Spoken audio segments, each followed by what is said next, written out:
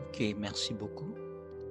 Et sinon, ce que je peux témoigner par la gloire du Seigneur, euh, j'étais une personne qui a fait beaucoup de choses dans le passé. On s'est évacué dans plusieurs choses, des choses contraires qui sont à la volonté de Dieu. Euh,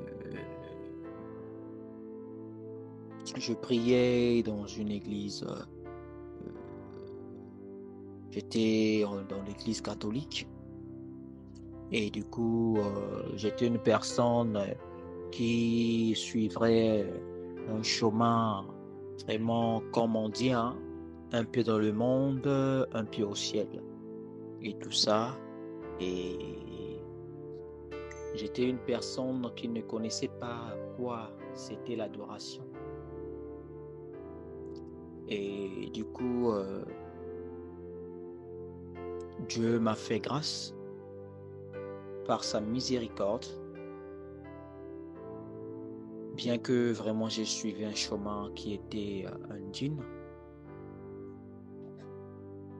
mais je le remercie tellement. Quand je l'ai rencontré une fois, c'était une personne qui m'avait présenté Jésus-Christ en me disant que le véritable Dieu, c'est quand tu adores Jésus-Christ. Parce que Dieu n'aime pas l'adoration qui est mélangée avec les dogmes et les credos et tout. Sache-le que l'adoration n'est pas parfaite. Je me disais que j'étais dans la vérité parce que je pouvais adorer les idoles. Je pouvais adorer même les morts. Je pouvais adorer beaucoup de choses. Je me disais que j'étais dans la vérité, or que j'étais dans le faux. J'étais tellement dans le faux et je me disais que j'étais dans la vérité. Mais une fois, Dieu m'a prouvé que ce que je faisais, l'adoration que je faisais, ce n'était pas une vraie adoration. Jusqu'à ce que Jésus-Christ lui-même a prouvé que il fallait que je sois né de nouveau en recevant le vrai baptême en son nom. Et une fois quand j'ai reçu ce baptême, et j'ai senti un grand changement dans ma vie. Quand je l'ai accepté comme mon Seigneur et personnel et Sauveur, et c'est là où j'ai cru que il n'y a pas une religion, il n'y a pas une catégorie de religion qui peut dépasser le christianisme. Le christianisme nous montre la véritable adoration. Et le vrai adorateur, c'est Jésus-Christ, notre Dieu.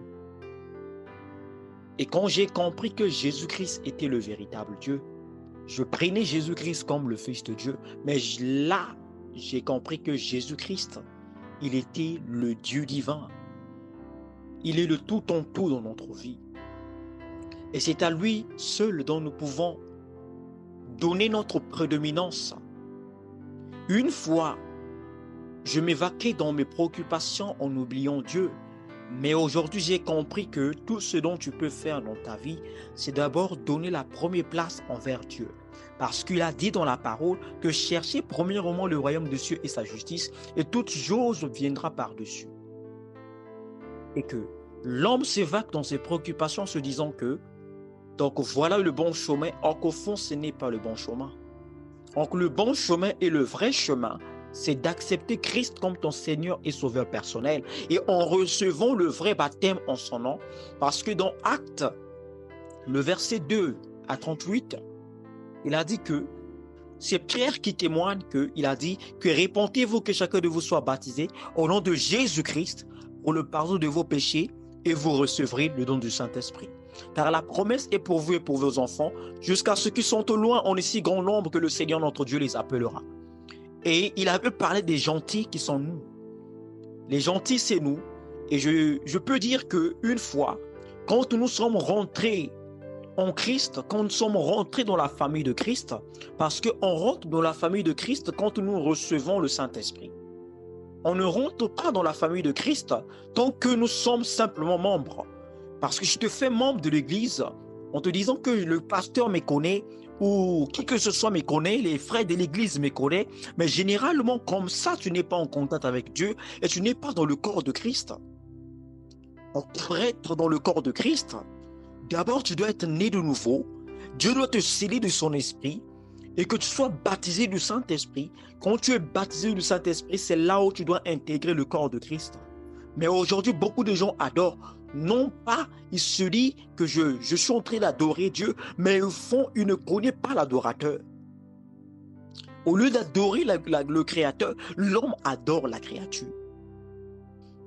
Je peux simplement dire à mes frères et sœurs que Jésus-Christ existe et qu'il est vivant, que toutes les circonstances de la vie dont nous pouvons rencontrer, la seule chose à faire, c'est de lui rendre grâce. C'est de les lever à chaque instant, dire à Dieu merci pour les circonstances que je suis en train de traverser. Parce que ce que je traverse, toi, tu l'as gardé dans ton plan. Tu l'as tracé dans ton plan éternel. Parce qu'il a dit, aucune chose ne peut arriver dans la vie d'un homme si l'Éternel lui-même n'est pas l'auteur. Donc tout ce qui nous arrive dans la vie, lui, il est l'auteur de chaque chose. Et nous devons le rendre grâce. C'est pourquoi je suis en train de le témoigner de tout ce qu'il est en train de faire de ma vie. Parce que, bien qu'avec des hauts et des bas, parce que l'homme dans le corps charnel, il est toujours faible. Mais quand son esprit est bien disposé et l'âme est bien préparée, mais cette âme doit se soumettre à lui, l'esprit doit se soumettre à lui et le corps lui-même doit se soumettre à lui.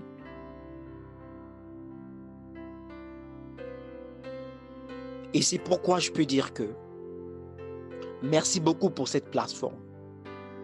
Et les gens doivent reconnaître que nous ne sommes pas venus sur la terre par un plaisir, mais nous sommes venus sur la terre pour accomplir notre mission. Notre mission, c'est de suivre Jésus-Christ. Notre mission, c'est d'être des témoins fidèles en allant partout dans le monde prêcher la bonne nouvelle. En celui qui croira qu'il sera baptisé sera sauvé. Parce que ce n'est pas en étant membre de l'église, en s'asseyant dans l'église, et c'est ce qui fait de toi chrétien. Mais être chrétien, c'est être disciple, c'est être un apôtre de Christ. Or qu'aujourd'hui, c'est rare de voir un apôtre. Il se dit que l'apôtre, c'est seulement Pierre, c'est seulement Jean, c'est seulement Paul. Mais nous aussi, nous sommes les apôtres. Quand tu es scellé du Saint-Esprit et que Dieu t'a baptisé du Saint-Esprit, tu deviens apôtre et tu es rentré dans son corps. Et que c'est le temps de pratiquer le travail de Dieu, c'est d'aller partout dans le monde prêcher la bonne nouvelle et ressusciter les morts et guérir les malades. C'est ça le vrai témoignage et c'est ça la vraie mission que Dieu nous a donnée sur la terre. Ce n'est pas en s'attachant à l'église, parce que tu peux t'attacher à l'église mais tu n'es pas chrétien. Les frères de l'église peuvent te connaître et tu peux saluer le pasteur tout le temps, mais tu n'es pas chrétien. Être chrétien, ce n'est pas faire le bien et le mal, mais être chrétien, c'est quand tu es choisi par élection de Dieu. Être chrétien, ce n'est pas regarder les erreurs de l'autre, ce n'est pas regarder le bien de l'autre, mais c'est regarder la personne selon la prédestination de Dieu, selon l'élection de Dieu. C'est ce dont Dieu regarde dans l'homme. Si Dieu peut regarder seulement le bien et le mal, même le voleur à la croix ne pouvait pas trouver grâce envers Dieu. Donc Dieu voit l'homme à travers la grâce, mais l'homme regarde l'homme à travers le bien et le mal. Donc on ne peut pas baser nos relations à travers le bien et le mal. Nous devons baser nos relations à travers l'élection de Dieu. Dieu a sélectionné, il a prédestiné chaque homme ici sur la terre. Il a prédestiné les élus de Dieu. Et c'est ce que je pouvais dire à mes frères et sœurs. Que le témoignage divin, c'est une bonne chose. Que l'expérience divine, c'est une bonne chose. Ce n'est pas le fait de s'abstenir de certaines choses qui fait de toi un chrétien, non. Mais ne te force pas avec Dieu, parce que Paul ne s'est jamais forcé, mais c'était la grâce du Seigneur. C'était Dieu lui-même qui est venu changer Paul. Mais aujourd'hui, les chrétiens d'aujourd'hui, ils se forcent. Ils disent que moi, je dois laisser cette vie, mais ce n'est pas Dieu qui a dit qu'il doit laisser cette vie. Il se dit que moi, je dois laisser les femmes. Il se dit que moi, je dois laisser d'aller dans les boîtes de nuit. Mais ce n'est pas Dieu qui t'a dit de laisser les boîtes de nuit. Jusqu'alors, les gens ne comprennent pas l'adoration de Dieu.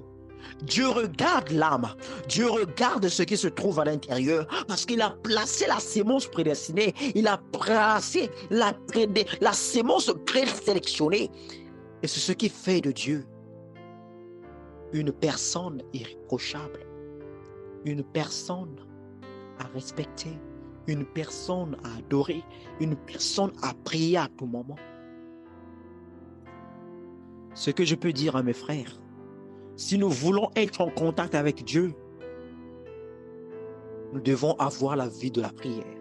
Seule la prière peut nous mettre en contact avec Dieu. Seule la prière peut faire de nous des véritables chrétiens. Parce que plus tu pries, plus tu deviens puissant, plus tu défies même le méchant.